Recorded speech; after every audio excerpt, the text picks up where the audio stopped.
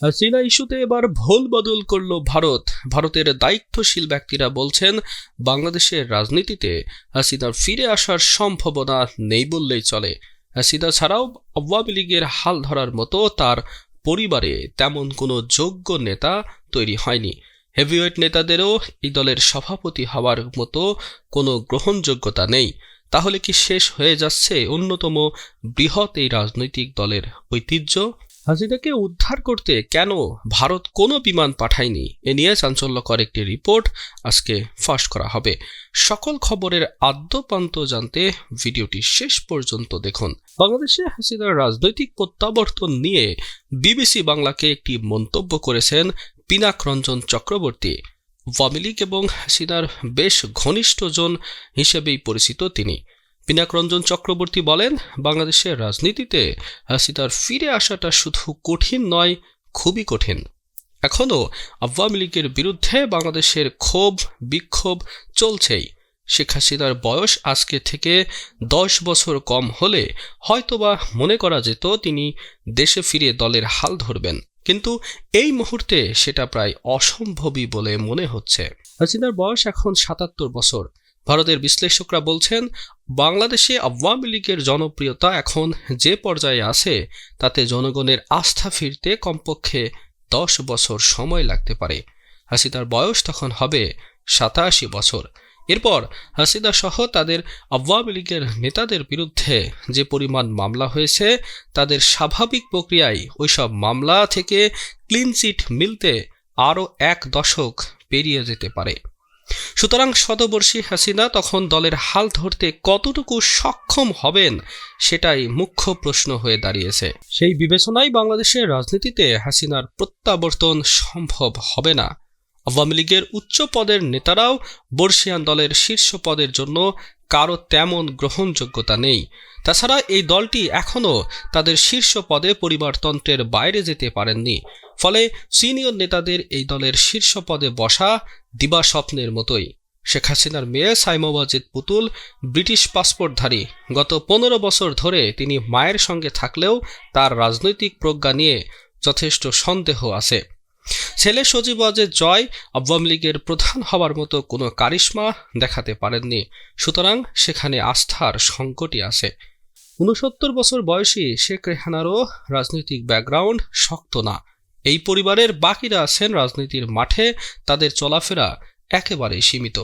মুজিব পরিবারে অন্য সদস্যদের মধ্যে শেখ রেহানার ছেলে রেদওয়ান মুজিব ববিকে বাংলাদেশের রাজনীতিতে কখনো সক্রিয় হতে দেখা যায়নি। তার বোন টিউলিপ সিদ্দিক ব্রিটিশ রাজনীতির ভালো পদে আছে। সেটা ছেড়ে সে বাংলাদেশের রাজনীতিতে ফিরে আসবে এমন সম্ভাবনা নেই।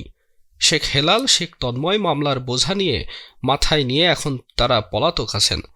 ফজলে তাপস, পরশ, শেখ সেলিম সবাই দেশ ছাড়া।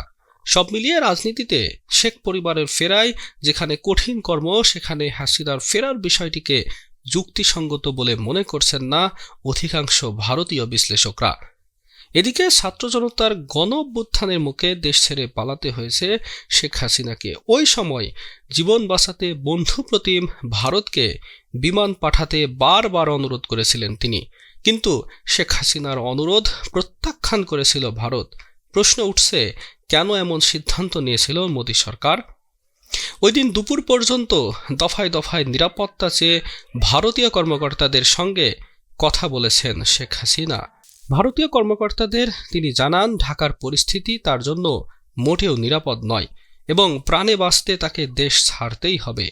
ভারতের জাতীয় নিরাপত্তা উপদেষ্টা অজিত দোভাল সহ একাধিক কর্মকর্তাদের সঙ্গে তিনি সরাসরি বিমান পাঠানোর জন্য অনুরোধ জানান। এমন অনুরোধের প্রেক্ষিতে দিল্লিতে উচ্চ পর্যায়ের বৈঠক সহ রাজনৈতিক দলগুলোরও মতামত নেওয়া হয়। বৈঠকের পর সিদ্ধান্ত আসে সরাসরি বিমান পাঠাবে না ভারত। নয়াদিল্লির যুক্তি ছিল, এটি করলে প্রশ্ন উঠবে আন্তর্জাতিক মহলে। এমনকি বাংলাদেশের সার্বভৌমত্ব নিয়েও তৈরি হবে বিভিন্ন বিতর্ক। এছাড়া ভারতীয় নেতারা যুক্তি দেন, বাংলাদেশের ভেতর থেকেই শেখ হাসিনা দেশত্যাগের ব্যবস্থা করতে হবে।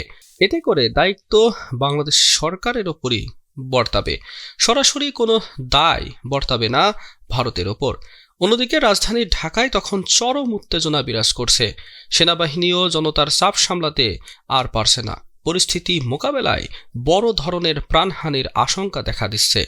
সেনা কর্মকর্তারা শেষ পর্যন্ত সিদ্ধান্ত নেন শেখ হাসিনাকে নিরাপদে দেশ ত্যাগ করতে দেওয়া হবে। জেনারেল ওয়াকারুজ্জামানের নেতৃত্বে সেনা কর্মকর্তারা শেখ হাসিনার জন্য বিমানের ব্যবস্থা করেন। এর মাধ্যমে তাকে দ্রুত দিল্লি পাঠানো হয়।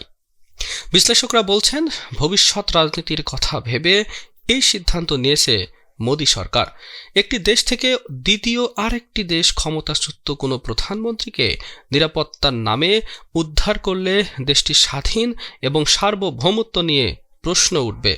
এমনিতেই বাংলাদেশের মানুষ যথেষ্ট ভারত বিরোধী। এছাড়া ভারত প্রমাণ করতে চেয়েছিল বাংলাদেশি জনগণ তাদের প্রধানমন্ত্রীকে পুশ করেছে ভারতে ঢুকতে। এভাবে কূটনৈতিক জটিলতা এবং অভ্যন্তরীণ রাজনৈতিক উত্তেজনার মধ্য দিয়ে দিল্লিতে পৌঁছান শেখ হাসিনা। তবে ভারতের